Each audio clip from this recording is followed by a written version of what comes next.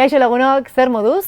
Ze atal polita bizi izan dugun aste honetan. Azkenean, zurik enarari adierazi dio zenbat maite duen.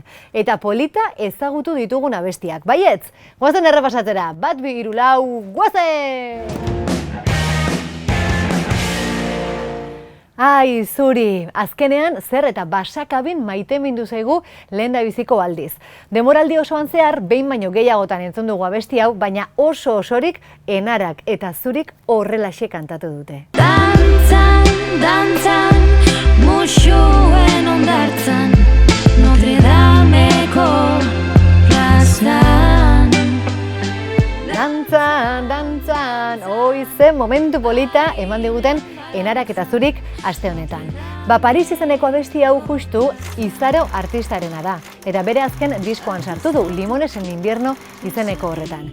Pentsa ze arrakasta izan duen kantu honek gure top gaztea zerrendan ere, lehendabiziko postuan 2 astez jarraian egon dela. Eta zuzenekoetan ere sarrera guztiak agortzen ari da Izaro. Pasaden udazkenean, pentsa, Donostiako Kursalen 4 egunetan 6 kontzertu eman zituen jarraian eta sarrera guztiak saldu zituen. Eta diskonetako bideoklipak ere benetan ikusgarriak dira. Ikusi hau, Paris.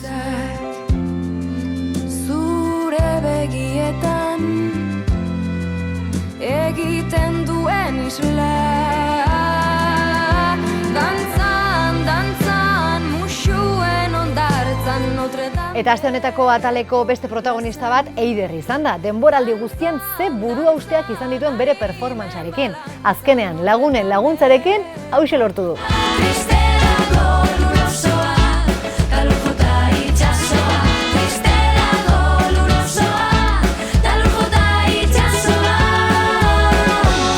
Olatu bat kantua ezagutzen dugu eta egileak nortzuk dira?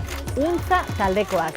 Bilbon unibertsitate garaian trikipoteoan elkar ezagutu eta trikipoteotik Gazteara iritsiten banda horietako bat. Euskal Herri osoak ezagutzen du dagoeneko euren trikitixa eta oso arrakastatsu batez ere, pentsa, 12 milioi bisitaldi YouTubeen dituen kantu honengatik. Badakizu zein den, ezta? Aldapan gora.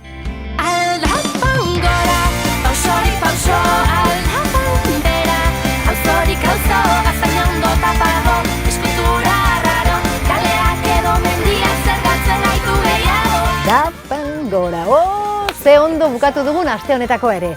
Punta-puntako 2 taldeekin, Izaro eta Untzarekin. Datorren astean gehiago ezagutuko ditugu, bale? Ondo segi, aio! Gaztea.